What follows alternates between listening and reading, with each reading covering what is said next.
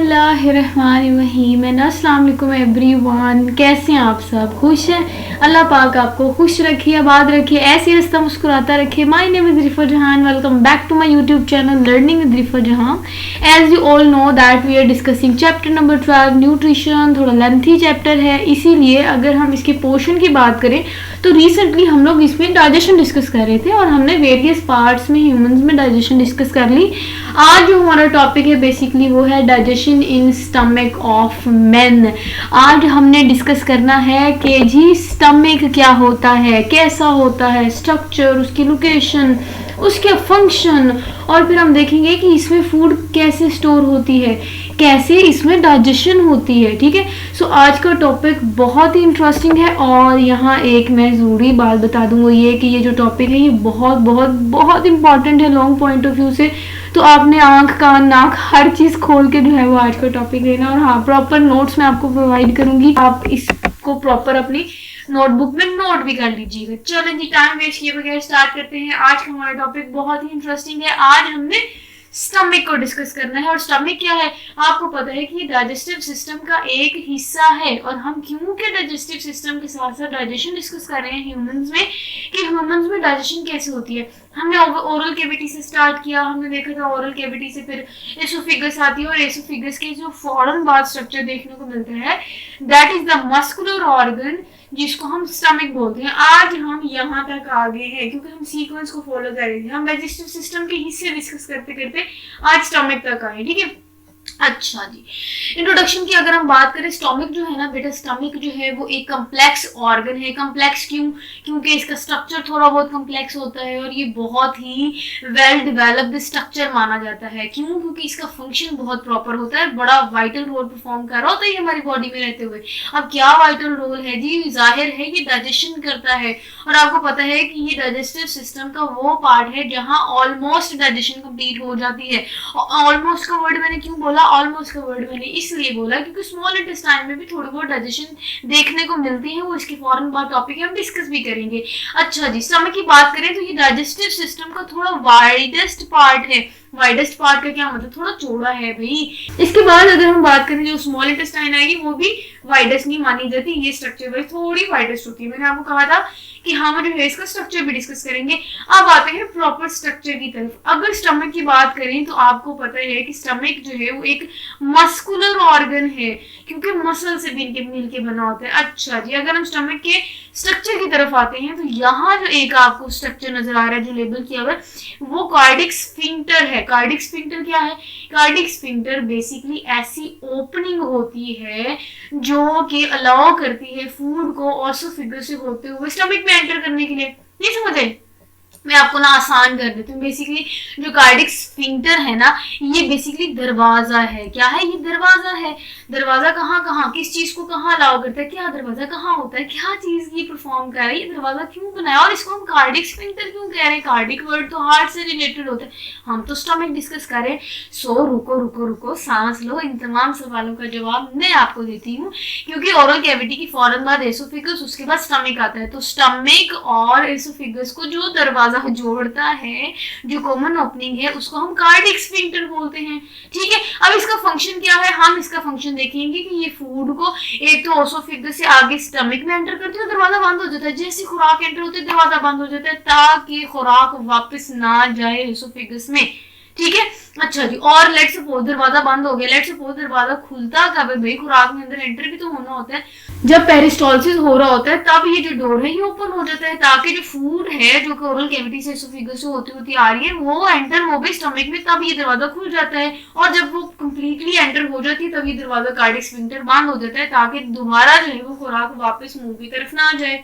समझ आ गई? Function structure समझ आ गया कैसा होता है, कहाँ मौजूद होता है, किस तरह का होता है। ठीक है, अच्छा जी, उसके बाद अगर मैं आपको बताऊं तो जो कार्डिक स्फिंक्टर है, हमने इसमें कहा कि ये बेसिकली एक जंक्शन है, जंक्शन या एक ऐसा पॉइंट है जो कि एसोफेगस को, कार्डिक स्फिंक्टर जो है वो बेसिकली एसोफेगस को स्टमक से सेपरेट करता है, जंक्शन है। ठीक है, इनके दरमियान में मौजूद होता है, एसोफेगस और स्टमक के दरमियान में मौजूद होता है, दैट्स व्हाई हम इसको जंक्शन कहते हैं। नेचर की बात करें तो ये रिंग ऑफ मसल्स पे मुश्तमिल होता है, इसको कार्डिक स्फिंक्टर बोलते हैं। अच्छा जी, आ जाते हैं वर्ड कार्डिक। क्यों भाई हम इसको कार्डिक क्यों बोल रहे थे? कार्डिक का तो वर्ड दिल से होता है। अच्छा, ये जो कार्डिक स्फिंक्टर है ना, ये दिल के बहुत ही करीब होता है। स्टमक की बात करें तो स्टमक अगर हम लोकेशन वाइज देखें तो ये भी लेफ्ट साइड पे होता है एब्डोमेन के, ठीक है। अच्छा, लेफ्ट साइड पे होता है और आपको पता है हार्ट भी लेफ्ट साइड होता है, तो ये हार्ट के बहुत करीब होता है, जिसकी वजह से हमने इसको नाम दे दिया कार्डिक स्फिंक्टर। अब हमने नेचर डिस्कस करनी है। जो मैंने दरवाजा खुलता बंद होता हुआ मैंने आपको बताया कि जो मसल्स हैं वो कॉन्ट्रैक्ट करते हैं बेसिकली, तब दरवाजा बंद हो जाता है, और जब ये मसल्स रिलैक्स करते हैं तभी दरवाजा खुल जाता है। तो कहते हैं जो स्फिंक्टर मसल्स हैं, ठीक है, जो कि कार्डिक स्फिंक्टर में मौजूद होते हैं, तो कार्डिक स्फिंक्टर के जो स्फिंक्टर मसल्स हैं वो जब कॉन्ट्रैक्ट होते हैं तब क्लोज हो जाती है ओपनिंग, मतलब कि दरवाजा बंद हो जाता है। अब कोई चीज एंटर नहीं हो सकती अनटिल अनलेस कि ऊपर से खुराक आए तब। हाँ, खुराक आई तभी खुल जाएगा, ठीक है, लेकिन अगर खुराक एंटर हो गई तब ये दरवाजा बंद हो जाता है, क्योंकि जो स्फिंक्टर के मसल्स हैं वो कॉन्ट्रैक्ट कर जाते हैं। अच्छा जी, उसके बाद होता क्या है, ये दरवाजा, ये जो कार्डिक स्फिंक्टर है ये इसलिए क्लोज होता है, ये मसल्स इसलिए कॉन्ट्रैक्ट करते हैं ताकि जो खुराक है वो वापस स्टमक से ऑसोफेगस या फिर ओरल कैविटी में ना आ जाए, ठीक है, बैक फ्लो को रोकती है। समझ आ गई, मैंने बता भी दिया, मैंने नोट्स भी रिवाइज करवा दिया। नेक्स्ट कंडीशन होती है दूसरी कंडीशन, और वो कंडीशन ये है कि जब इसने खुलना होता है तब क्यों खुलता है, ये दरवाजा खुलता कब है, क्या इसको कहा जाता है कि खुल जा सिम सिम तब ये दरवाजा खुलता है? ऐसा कुछ नहीं होता। कार्डिक स्फिंक्टर मसल्स जब रिलैक्स करते हैं तब रिलैक्स करते हैं जब एक वेव ऑफ पेरिस्टालसिस तो होती है। वेव ऑफ पेरिस्टालसिस में को मैंने ऑलरेडी पिछले टॉपिक में बहुत डिटेल से पढ़ाया कि पेरिस्टालसिस बेसिकली ऐसी स्पेशल फूड पार्टिकल्स की मूवमेंट होती है जो कि हमें एलिमेंट्री केनाल में देखने को मिलती है। अब ओरल कैविटी से पार्शियली डाइजेस्टेड जो भी बोलस आता है, ठीक है, जो हमने कहा था स्लाइमी नेचर का होता है, जैसे ही वो फ्लो करता करता इसोफेगस से आता है, इस दरवाजे तक टकराता है, तो वो बोलस, वो फूड पार्टिकल, वो कहते हैं इस दरवाजे को, इस कार्डिक स्फिंक्टर को, वे खुल जा सिम सिम दरवाजा खुल जा, ताकि हम जो है वो आगे प्रोसीड कर सके, हम स्टमक में एंटर हो सके, क्योंकि वहां जाके हमने डाइजेस्ट होना है, ठीक है। तो जैसे ही आते हैं, जैसे ही बोलस का हुक्म होता है, ये दरवाजा इसकी मजाल की खुले ना, ठीक है, तो कार्डिक स्फिंक्टर के जो मसल्स होते हैं ना वो रिलैक्स करते हैं और ओपनिंग हो जाती है, और जैसे ओपन होता है आपको पता है कि वहां से फिर फूड जो है वो अंदर स्टमक में एंटर हो जाती है। अच्छा जी, अब हम डिस्कस करते हैं कि जो स्टमक है ना इसकी लोकेशन कहाँ है, ये कहाँ मौजूद होता है। आ जाए इस लाइन की तरफ। अच्छा जी, मैं सबसे पहले आपको बताती हूँ कि ना हमारे बेसिकली मेजरली दो रीजन होती है, ठीक है। ऊपर वाली जो रीजन होती है ना उसको हम कहते हैं कि ये चेस्ट रीजन है, उसके नीचे जो रीजन होती है उसको हम एब्डोमेन रीजन कहते हैं, एब्डोमेन कैविटी कहते हैं, ठीक है। सो चेस्ट कैविटी और एब्डोमिनल कैविटी को सेपरेट करती है एक लाइनिंग, एक मस्कुलर ऑर्गन जिसको हम डायाफ्राम बोलते हैं। ये जो डायाफ्राम है ना ये सेपरेट करता है चेस्ट कैविटी को फ्रॉम एब्डोमिनल कैविटी। समझ आ गया? अच्छा जी, अब हमने डायफ्राम डिस्कस करने का मकसद ये था कि जो नीचे वाली रीजन है जिसको हमने एब्डोमिनल कैविटी बोला, उसकी लेफ्ट साइड पे ये जो स्टमक है वो सिचुएटेड होता है। अब आपको पता है कि हार्ट भी कहीं ना कहीं लेफ्ट साइड पे, तो ये बहुत करीब होता है, ठीक है, मैंने आपको बता दिया। उसके बाद है कि अब अगर हम इसकी नेचर की बात करें तो जो स्टमक है वो इलास्टिक मस्कुलर बैग है। इलास्टिक क्यों कहा हमने? इलास्टिक इसकी सबसे पहले मस्कुलर का मतलब होता है कि कोई इसमें हड्डी मौजूद नहीं है, ये बोनलेस ऑर्गन है, ठीक है। उसके बाद अगर हम इसकी नेचर की बात करें तो ये इलास्टिक होती है। इलास्टिक इसलिए क्योंकि जो स्टमक के मसल्स है ना, जो स्टमक के अंदर वॉल्स हैं, हम आगे फर्दर डिस्कस भी करेंगे कि इनकी 3 लेयर्स होती हैं या इनमें 3 वॉल्स होती हैं। इनकी नेचर होती है कि इनकी जो कंट्रैक्शन और रिलैक्सेशन है ना मसल वो करवाते हैं ताकि जो खुराक है अंदर वो मिक्स हो जाए, और मिक्स होने के बाद वो जो है डाइजेस्ट हो जाए, ठीक है। तो डाइजेशन के लिए ये जो स्टमक है ये कंट्रैक्ट और रिलैक्स करता है, जिसकी वजह से हम कहते हैं स्टमक जो है वो इलास्टिक मस्कुलर बैग है। अब जी इनका फंक्शन है, मोटा मोटा फंक्शन ये है कि जी ये फूड को स्टोर करता है। आपको पता है कि जब शादी में हम जाते हैं हम बहुत ज्यादा खाना खा लेते हैं, हम नॉर्मल रूटीन से ज्यादा खाना खाते हैं। Yes it's funny but it's true, क्योंकि हम बहुत खाना खा रहे होते हैं, तो वो जो खाना है वो हमारे इस इलास्टिक मस्कुलर बैग में स्टोर हो जाता है, ठीक है। अच्छा जी, तो कहते हैं कि अब होता क्या है कि ये डिसकंटिन्यूअस फीडिंग को भी पॉसिबल बनाता है स्टमक। डिसकंटिन्यूअस फीडिंग का क्या मतलब? फीडिंग से तो आपको माइंड में आ रहा होगा कि खाना खाना, डिसकंटिन्यूअस के क्या मतलब? हम जो ह्यूमंस फीडिंग कर रहे होते हैं ना उनकी नेचर की बात करें तो वो डिसकंटिन्यूअस होती है। डिसकंटिन्यूअस फीडिंग का मतलब होता है कि हम कोई मुसलसल नहीं खा रहे थे कि आपने देखा कि एक बंदा सारा दिन ही खा रहा होता है, ऐसा पॉसिबल नहीं है। तो ह्यूमन जो है वो डिसकंटिन्यूअस फीडिंग कर रहे होते हैं। और वैसे बॉडी नीड की बात करें तो हमें तो हर वक्त एनर्जी की जरूरत जरूरत होती है, ह्यूमन बॉडी को तो हर वक्त खुराक की जरूरत होती है, तो फिर क्या स्टमक हेल्प कर रहा है? बेसिकली स्टमक के अंदर जो हमने ये कैपेसिटी देखी कि उनका फंक्शन ये है कि वो फूड को स्टोर कर लेता है टेम्पररी। अब वो जो फूड स्टोर होती है ना, वो ही फूड जो है वो जब जरूरत आती है तो उसको स्टमक से यूज किया जाता है।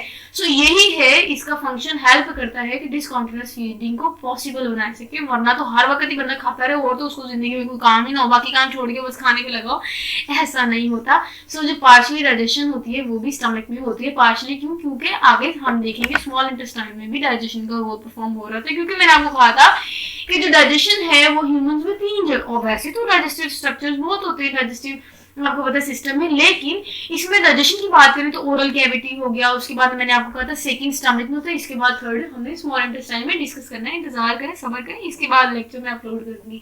अब हमने बेसिकली मोटे मोटे स्ट्रक्चर तो डिस्कस कर लिए, अब हमने जरा अंदरून स्ट्रक्चर डिस्कस करना है। इसी तरह अब हम स्ट्रक्चर को डिटेल से डिस्कस करने जा रहे हैं। किसके स्ट्रक्चर को? बेसिकली हम इस स्टमक के स्ट्रक्चर को डिस्कस करने। अगर आप यहाँ थोड़ा स्ट्रक्चर को समझे ना तो आपको समझ आएगी कि ये हमें ये बताना चाह रहा है कि जो स्टमक है उनकी कुछ लेयर्स होती हैं। ये स्टमक की बेसिकली 3 लेयर्स होती है, ठीक है? आउटर लेयर, इनर लेयर और मिडल लेयर। इसकी डिटेल में अभी नहीं जाते, हम नोट्स में देखते हैं, लेकिन आउटर, इनर और मिडल लेयर में मौजूद होती है। अच्छा जी, अब वही बेसिकली लेयर्स हम डिस्कस करते हैं। सो स्टमक वॉल की 3 प्रिंसिपल लेयर्स होती हैं, ठीक है? ये एमसीक्यू पॉइंट ऑफ व्यू से इंपॉर्टेंट है। आउटर जो है वो कनेक्टिव टिश्यू से मिलकर बनी होती है, उस आउटर लेयर को हम सिरोसा भी बोलते हैं। क्या बोलते हैं? सिरोसा। कहाँ है जी? मैं दिखा देती हूँ। बेसिकली इसकी बात करें ना तो एक छोटा सा पार्ट स्टमक का दिखाया गया है और यहाँ लेयर समझाई गई है। ये जो सबसे आउटर लेयर है आपको नजर आ रही है, ये जो है कि स्टमक की आउटर लेयर है, जिसको सिरोसा भी बोला जाता है। इसका क्या फंक्शन है हम आगे देखेंगे डिटेल से। अच्छा जी, इस आउटर लेयर की फौरन बाद जो लेयर आती है इसको हम मिडल लेयर बोलते हैं, और ये जो है ये स्मूथ मसल से मिलकर बनी होती है, ठीक है? मिडल लेयर, और ये जो है ये स्मूथ मसल से मिलकर बनी है। इसमें भी फिर फर्दर जो है वो लॉन्गिट्यूडनल मसल और सर्कुलर मसल आते हैं, उनकी डिटेल हम फर्दर आगे देख भी लेंगे, ठीक हो गया? अच्छा जी, उसके बाद इनमें इनर लेयर होती है, जो सबसे अंदर वाली लेयर होती है, जो कि बहुत इंपॉर्टेंट लेयर होती है, जो कि बहुत इंपॉर्टेंट फंक्शन परफॉर्म करती है, जिसमें बहुत इंपॉर्टेंट स्ट्रक्चर होता है, ठीक है? उसको हम देखते हैं और उसका नाम है म्यूकोसा। क्या नाम है? म्यूकोसा। कोसा कोसा कोसा म्यूकोसा, ठीक है? अच्छा जी, अगर हम इसकी नेचर की बात करें तो ये भी कनेक्टिव टिश्यू से मिलकर बनी होती है, आउटर लेयर और इनर लेयर भी कनेक्टिव टिश्यू से मिलकर बनी, ठीक है? ये स्ट्रक्चर है।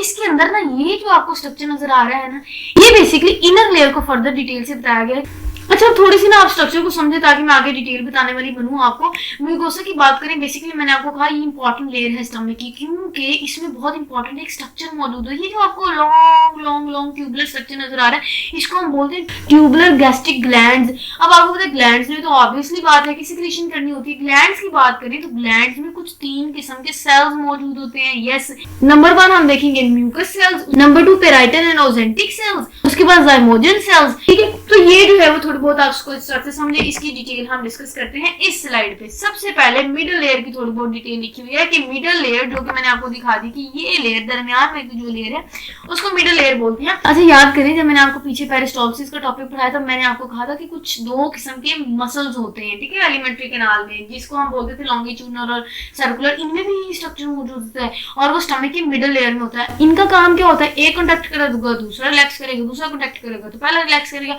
होता ये है कि इनकी कंट्रैक्शन और रिलैक्सेशन से होगा ये कि ये जो मस्कुलर लेयर है ना, ये हेल्प करती है टर्निंग में, डाइजेशन करवाने में। यस, जितनी मस्कुलर मूवमेंट होगी स्टमक मूव करेगा, जैसे स्टमक मूव करेगा खुराक जो है वो मिक्स करेगी। किससे मिक्स करेगी? स्टमक के सिक्रीशंस के साथ मिक्स करेगी। अभी मैंने पीछे आपको कहा कि जो गैस्ट्रिक ग्लैंड है उन्होंने सारे सिक्रीशन करनी है, और उसको हम बेसिकली कलेक्टिवली अगर हम बात करें तो कलेक्टिवली उसको गैस्ट्रिक जूस बोलते हैं, जो कि आपको पता है स्टमक में मौजूद होते हैं और वो डाइजेशन में अपना बहुत इंपॉर्टेंट रोल परफॉर्म करता है, ठीक है? अच्छा जी, म्यूकोसा जो लेयर थी ना, उसमें हमने कहा कि एक तो वो कनेक्टिव टिश्यू से मिलकर बनी होती है, उसमें हमने कहा कि कुछ ट्यूबुलर गैस्ट्रिक ग्लैंड मौजूद होते हैं, जिसके पास 3 किस्म के डिफरेंट सेल्स होते हैं, और मैंने आपको स्ट्रक्चर वाइज दिखा भी दिया, डिटेल से बता भी दिया। अच्छा जी, अब हमने उनकी नेचर और डिस्कस करनी है कि वो क्या क्या चीज प्रोड्यूस करते हैं, क्या क्या सिक्रीशन प्रोड्यूस करते हैं। इस तरफ आ जाए, ये जो मैंने आपको बेसिकली शो किया हुआ है, ये इनर लेयर है स्टमक की और इसको म्यूकोसा बोलते हैं, और उसमें ये आपको जो स्ट्रक्चर लॉन्गेटेड से स्ट्रक्चर नजर आ रहा है, इसको हम ट्यूबुलर गैस्ट्रिक ग्लैंड बोलते हैं, जिनमें मैंने कहा था कि 3 किस्म के सेल्स होते हैं। Number 1 mucus cells. अब जो म्यूकस सेल्स है वो गैस्ट्रिक ग्लैंड में एक सिक्रीशन करेगा जो कि म्यूकस कहलाता है। म्यूकस का बहुत इंपॉर्टेंट रोल होता है डाइजेशन में और स्टमक में, वो हम आगे देख लेते हैं। नंबर 2 पेराइटल और ऑक्जेंटिक सेल्स। अब ये जो पेराइटल और ऑक्जेंटिक सेल्स है इन्होंने हाइड्रोक्लोरिक एसिड की फॉर्मेशन करवानी होती है। और जो गैस्ट्रिक ग्लैंड का थर्ड सेल है जिसको हम जाइमोजिन बोलते हैं, जाइमोजिन सेल्स ने पेप्सिनोजिन की प्रोडक्शन करवानी होती है।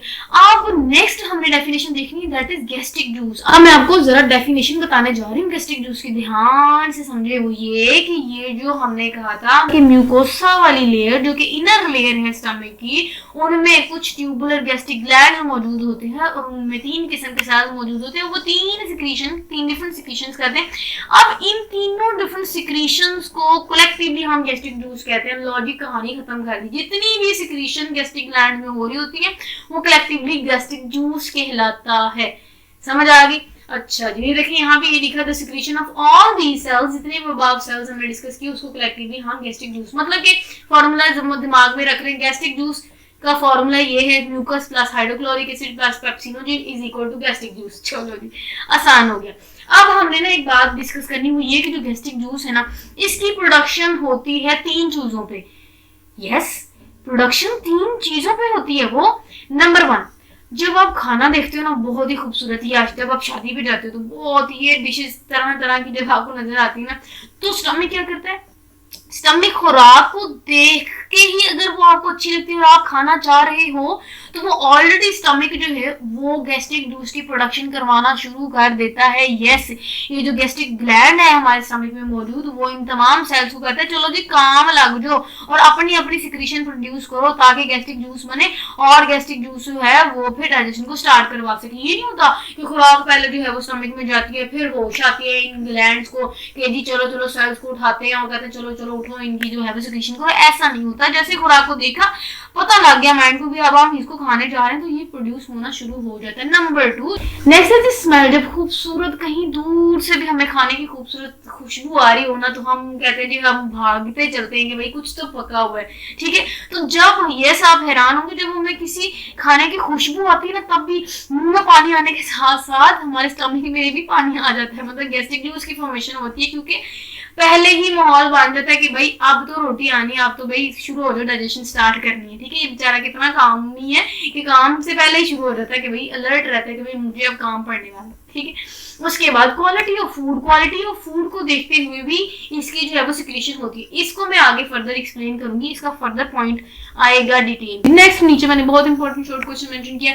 जितना भी टॉपिक रिलेटेड शॉर्ट क्वेश्चन होगा मैं पहले आपको बता दूंगी ताकि आपकी बोर्ड पॉइंट ऑफ व्यू से बहुत अच्छी तैयारी हो जाए और आपको पता हो कि इसमें से अगर शॉर्ट आते हैं, पहली बात मैंने आपको कहा ये पूरे का पूरा topic he long point of view से बहुत इंपॉर्टेंट है, लेकिन अगर शॉर्ट आए तो इनमें से ये भी आ सकता है कि what are gastric glands, write their names और फिर उसमें फंक्शन ऑफ सेल्स है वो भी बताए, कौन सा सेल जो है वो कौन सा फंक्शन परफॉर्म करता है। नेक्स्ट, अब ये जो सेल्स है इन्होंने जो जो सिक्रीशन की ना, अब हमने इनका एक एक करके रोल डिस्कस करना है कि स्टमक में अगर म्यूकस सिक्रीट हुआ, जो कि हमने अभी डिस्कस किया कि म्यूकस सेल्स ने सिक्रीट किया, इस म्यूकस का क्या काम है, कहाँ होता है, क्या करता है, क्यों है ये हमारे स्टमक में, वो हम डिस्कस करते हैं। म्यूकस की बात करें तो म्यूकस जो है वो बेसिकली स्टमक की जो इनसाइड वॉल है, जो अंदर वाली साइड है, उसको कवर करता है। क्यों क्या उसको सर्दी लगती है? नहीं, ऐसा है कि स्टमक में ना बेसिकली ये म्यूकस की लेयर होती है जो कि हमें प्रोटेक्ट करती है, स्टमक को, हमें नहीं स्टमक को प्रोटेक्ट करती है। क्यों प्रोटेक्ट करती है? क्योंकि ये जो हाइड्रोक्लोरिक एसिड है, आपने पहले भी देखा होगा, ये एसिड है, तेजाब है, बहुत ही खतरनाक गाढ़ा कंसंट्रेटेड तेजाब हमारे स्टमक में प्रोड्यूस होता है अल्लाह की तरफ से। अब ये जो तेजाब है ना, इससे बचाने के लिए ना, स्टमक को बचाने के लिए, खुराक के लिए तो हमें तेजाब चाहिए ताकि खुराक जो वो ब्रेक डाउन हो, उसकी सॉफ्ट हो खुराक, और जो भी है उसमें जरासीम है तो वो मर जाए। हाइड्रोक्लोरिक एसिड या तेजाब को तो बहुत इंपॉर्टेंट रोल है स्टमक में, लेकिन डर भी होता है कि भाई जो इतना तेज तेजाब है वो स्टमक की वॉल्स को ही ना खा जाए, उसको ही ना डाइजेस्ट कर दे, उसको ही ना खराब कर दे, तो उसकी प्रिवेंशन के लिए एक म्यूकस लेयर मौजूद होती है।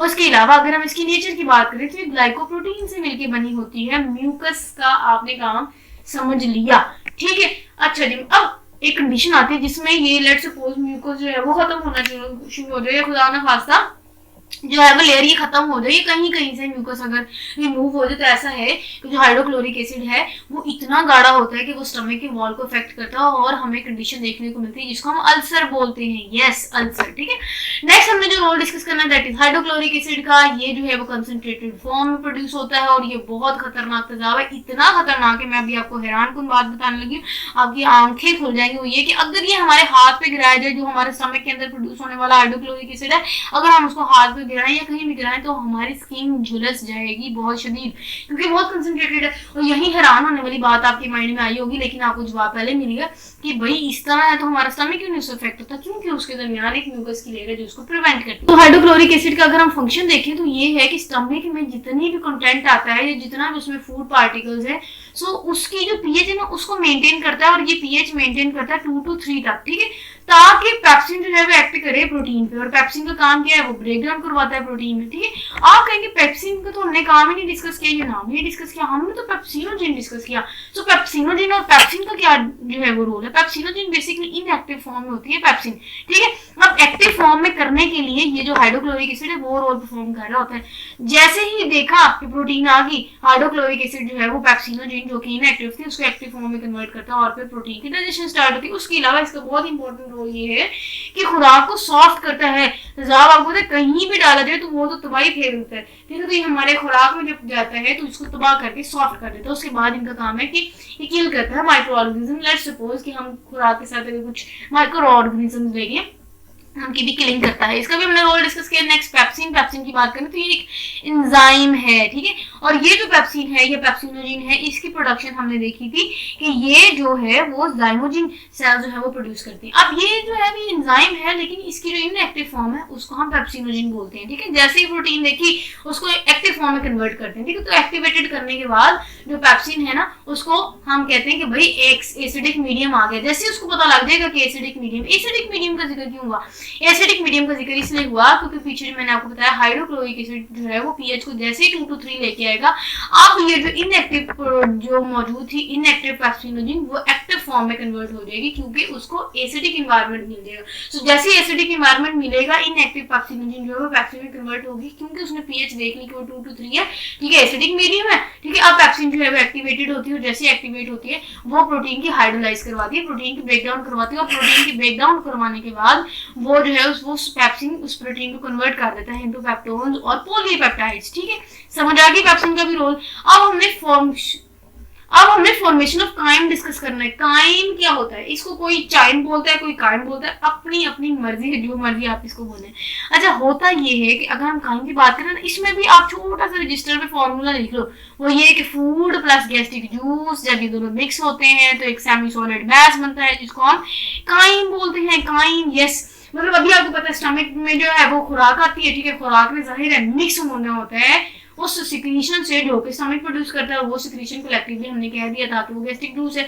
सो जैसे ही गैस्ट्रिक जूस प्लस फूड ये मिक्सअप होती है तो एक सेमी सॉलिड सा मैस बनता है, उस सेमी सॉलिड मैस को हम काइम बोलते हैं। अब समझ आ गई, चाइम कहो या काइम कहो आपकी मर्जी। उसके बाद ना स्टमक का लास्ट पार्ट आता है जिसको हम पाइलोरिक स्फिंक्टर बोलते हैं। स्टार्ट वाला जो था उसको कार्डिक स्फिंक्टर, जो नीचे वाला उसको पाइलोरिक स्फिंक्टर। ये पाइलोरिक स्फिंक्टर के फौरन बाद हम ड्यूडिनम आता है। ड्यूडिनम आप सोच रहे होंगे कि ये तो स्मॉल इंटेस्टाइन का पार्ट है, स्टमक में क्यों लिखा हुआ है भाई? वही इसलिए क्योंकि जो पाइलोरिक स्फिंक्टर है ना, जो कि स्टमक का एक लास्ट पार्ट है, इस दरवाजे के फौरन बाद अगली गुफा खुल जाती है, और वो अगली गुफा जो है वो ड्यूडिनम है, जो कि स्मॉल इंटेस्टाइन का पार्ट है, जिसको हम नेक्स्ट में डिस्कस करेंगे। आप कहेंगे पीछे क्यों जा रही, क्या लेक्चर खत्म हो गया मैम, साइड ब्लॉक कौन पढ़ाएगा? मैं नहीं जा रही, इधर ही हूँ। एक्चुअली मैं आपको स्ट्रक्चर से भी वो विजिबल करना चाह रही थी ताकि आपके माइंड में स्केच लॉन्ग टाइम के लिए रहे। ये जो है ये बेसिकली कार्डिक स्फिंक्टर है। ठीक है, ऑसोफेगस और स्टमक के सेंटर में जो जंक्शन था उसको कार्डिक स्फिंक्टर बोलते हैं। ये जो है ये ड्यूडिनम है, और ये जो आपको ट्यूब नजर आ रही है यहाँ से नेक्स्ट गुफा शुरू होती है जिसको स्मॉल इंटेस्टाइन कहते हैं। सो ड्यूडिनम और स्टमक के दरमियान में, मतलब ड्यूडिनम या स्मॉल इंटेस्टाइन और स्टमक को जो दरवाजा सेपरेट करता है, जो जंक्शन सेपरेट करता है, उसको हम पाइलोरिक स्फिंक्टर बोलते हैं। क्या बोलते हैं? Pyloric sphincter. समझ आ गई, दो दरवाजे, ठीक है, सेंटर में स्टमक है, ऊपर एसोफेगस से नीचे स्मॉल इंटेस्टाइन। लॉजिक कहानी खत्म हो गई, स्टमक तो हमने ऑलरेडी डिटेल से डिस्कस कर लिया, स्ट्रक्चर और फंक्शन। अब जी हम भाग नहीं रहे, अब मैं आती हूँ साइड ब्लॉक की तरफ। सबसे पहला हमारा जो है वो है स्टिमुलेंट ऑफ गैस्ट्रिन। अच्छा, आप कहेंगे मैम ये गैस्ट्रिन वर्ड क्या है, इसका तो हमें पता ही नहीं, क्या ये गैस्ट्रिक जूस है? नहीं।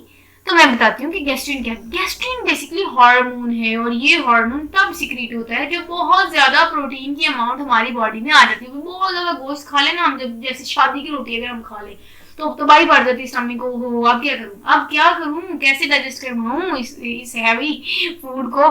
तो ऐसा होता है कि उस कंडीशन में ये जो गैस्ट्रिन है इसको मजबूरन जो है वो एक्टिवेट होना पड़ता है। अब है क्या, ये हार्मोन है, प्रोड्यूस कहाँ से होता है? सो पाइलोरिक रीजन में जो मौजूद गैस्ट्रिक एंडोक्राइन लाइनिंग है वहां से ये प्रोड्यूस होता है। अब जैसे ये प्रोड्यूस हुआ, इसका काम क्या है? इसका काम ये है कि ये ब्लड में जाएगा, ब्लड में जाने के बाद ये जो गैस्ट्रिक ग्लैंड है उसको जगाएगा, गैस्ट्रिक ग्लैंड के पास जाएगा। सो जैसे ही गैस्ट्रिक ग्लैंड के पास जाएगा, आपको पता है कि गैस्ट्रिक ग्लैंड ने ज़ाहिर स्टिमुलेट करवाना होता है, ये प्रोडक्शन करवानी होती है गैस्ट्रिक जूस की। अब जैसे गैस्ट्रिक जूस की प्रोडक्शन होनी होती है, आपको पता है कि गैस्ट्रिक जूस ने ज़ाहिर प्रोटीन की भी डाइजेशन करवानी, ठीक है। सो जब बहुत ज्यादा हैवी अमाउंट में हम प्रोटीन को अपटेक करते हैं, ठीक है, दस मोर प्रोटीन्स, ठीक है, तो मोर गैस्ट्रिन, ठीक है। सो मोर गैस्ट्रिन तो मोर गैस्ट्रिक जूस, मोर गैस्ट्रिक जूस तो मोर डाइजेशन। मतलब कि जब तबाही वाली हम खाना खा लेते हैं, बहुत ज्यादा खा लेते हैं, अपना नहीं मुफ्त के समझ के खाते हैं, जब हमें ट्रीट मिल रही होती है, जब हमें पार्टी मिल रही होती है, जब हमें शादी की खाना खाना होता है, तो क्या होता है, फिर वक्त पाया जाता है हमारे स्टमक को। तो फिर गैस्ट्रिक जूस स्टमक को कहता है भाई मेरे वास्ता काम नहीं है, और मैं नहीं कुछ भी करना, हम कुछ और कर। तो वो फिर गैस्ट्रिन को तरले करता है, कहता है भाई तू प्रोड्यूस हो, तो वो प्रोड्यूस होता है। कहाँ से प्रोड्यूस होता है? गैस्ट्रिक एंडोक्राइन लाइनिंग से प्रोड्यूस होता है। वो जो है वो ब्लड में जाके स्टिमुलेट कराता है गैस्ट्रिक ग्लैंड को कि भाई ज्यादा सारा गैस्ट्रिक जूस प्रोड्यूस करो, थोड़ा गैस्ट्रिक जूस जो है वो हाथ खड़े कर बैठे, ज्यादा करो ताकि ज्यादा डाइजेशन हो। तब जब बहुत ज्यादा खाना खाता है तो उस कंडीशन में हम जो है वो उसको पचा भी लेते हैं, ठीक है। अच्छा, हम डी रेडी होते हैं। अब जो हमने नेक्स्ट टॉपिक डिस्कस करना है दैट इज पायरोसिस। पायरोसिस जो है वो एक कंडीशन है जिसमें हम कहते हैं कि तेजाबियत होगी। तस्वीर से आपको समझ आ गई होगी कि पायरोसिस क्या है। पायरोसिस जो है वो बेसिकली ऐसी कंडीशन है जिसमें हमें सीने में जलन महसूस होती है। ये सीने में जलन कब होती है? क्या जब हम दुखी होते हैं तब होती है? ऐसा नहीं, जब हमने फ्री का खाना खाया होता है, बहुत ज्यादा खाना खाया होता है, तब हमें ये कंडीशन फील करने को मिलती है। होता ये है कि हार्ट बर्न की कंडीशन होती है। हार्ट बर्न क्या मतलब? हार्ट बर्न, हार्ट बर्न भाई दिल जल रहा है, क्या मतलब? पायरोसिस में दिल जलता है, हम तो स्टमक पढ़ रहे हैं, तो ये हार्ट कहाँ से आ गया? क्या कोई महबूब की बेवफाई में दिल जल रहा है? ऐसा नहीं है। बेसिकली जो हार्ट बर्न है इसको पायरोसिस बोलते हैं। इसमें बेसिकली पेनफुल बर्निंग होती है, जलन होती है, सेंसेशन होती है। वो सेंसेशन जो है वो चेस्ट में फील होती है। हमें गंदे गंदे से डकार आते हैं, खट्टे डकार जिसको बोलते हैं, ठीक है। जब इसी कंडीशन होती है तो इसको हम पायरोसिस बोलते हैं। इसमें बेसिकली होता ये है कि जो स्टमक में बहुत ज्यादा काइम बनता है ना, वो काइम जो है वो वापस उसका फ्लो होता है ऊपर की तरफ, ठीक है। सो जो एसिडिक काइम है, एसिडिक काइम बेसिकली इसीलिए काइम मैंने आपको बताया था पीछे भी, जो काइम है ना ये बेसिकली आपको पता है खुराक और गैस्ट्रिक जूस का एक मिक्सचर होता है, ठीक है। सो खुराक और गैस्ट्रिक जूस का मिक्सचर, ठीक है, उसको हम एसिडिक काइम भी बोलते हैं क्योंकि वो एसिडिक मीडियम में या उसमें जो है वो हाइड्रोक्लोरिक एसिड भी ऐड होता है उस फूड में। तो जब बहुत ज्यादा खुराक खा लेते हैं या नाक तक, कहते हैं ना यार इसने नाक तक खाया हुआ है, जब हमने नाक तक खाया तो ये बैक फ्लो हो रहा होता है उस एसिडिक काइम। तो जैसे ही बैक फ्लो होता है ऊपर की तरफ, एसोफेगस की तरफ, अगर ये एसिडिक काइम मूव करे या उसका फ्लैश बैक पीछे की तरफ जाए तो होता ये है कि हमें बर्निंग सेंसेशन फील होती है, जलन फील होती है। उसको हम हार्ट बर्न या पायरोसिस भी बोलते हैं। उसके बाद अब डेफिनेशन तो हमने डिस्कस कर ली। शॉर्ट क्वेश्चन में मैंने मेंशन किया कॉजेस क्या है भाई, वजह क्या है, कब होता है। पहली बात तो मैंने आपको बता दी, ओवर ईटिंग, मुफ्त का खाना, पार्टियों में खाना या किसी ने ट्रीट दी थी तब खाया। अब इसकी डिटेल में क्या ही जाऊं भाई, शादी का खाना कुछ भी, ठीक है। ओवर ईटिंग जब आप नॉर्मली भी बहुत ज्यादा खाओ तब, या फिर आप बहुत ज्यादा फैटी फूड खा रहे हो तब भी हमें ये कंडीशन फील करने को मिलती है। या फिर आप खाना खा के इमीडिएटली आफ्टर मील अगर आप सो जाओ, ठीक है, या लेट ही जाओ इवन बेड पे रेस्ट करने के लिए, तभी हमें जो है वो ये बैक फ्लैश होता है या फिर ये जो एसिडिक काइम है ये ऊपर की तरफ चढ़ जाता है, तब भी हमें ये कंडीशन फील करने को मिलती है। या फिर जब बहुत ज्यादा आपने अल्कोहल पी ली हो या शराब बहुत ज्यादा आपने अपटेक की हो, कैफीन बहुत ज्यादा यूज की हो, या फिर स्मोकिंग करके आप लोग बैठे हो, तब भी हमें कंडीशन देखने को मिलती है पायरोसिस का। आज का मजाक कितना आया है क्योंकि आज बहुत ही इंटरेस्टिंग टॉपिक था। मैंने आपको पहले ही कहा था बहुत इंटरेस्टिंग था, आप लोग मान ही नहीं रहे थे, आप लोग तो परेशान हो रहे थे कि भाई इतना इंपॉर्टेंट लॉन्ग है, हम कैसे करेंगे, कैसे तैयारी होगी, इनमें से कौन सा शॉर्ट है, कौन सा लॉन्ग है, डायग्राम कैसे बनानी, कैसे क्या क्या स्ट्रक्चर क्या, ठीक है। अब मुझे पता है आपको वो सारी तसल्ली हो गई होगी। So this is all for today, यही था आज का टॉपिक। अगर आपको पसंद आया तो कमेंट सेक्शन में मुझे जरूर अप्रिशिएट कीजिएगा, और अगर इस रिलेटेड आपने कुछ क्वेश्चन पूछने हो तो जरूर कमेंट सेक्शन में पूछिएगा। हाँ, don't forget to like, share and subscribe to my YouTube channel for more related videos. ये थोड़ी सी अप्रिसिएशन होती है। चलें जी, अपना बहुत सारा ख्याल रखिएगा। इंशाल्लाह नेक्स्ट जो इंशाल्लाह स्मॉल इंटेस्टाइन डिस्कस करेंगे। So stay connected and Allah Hafiz.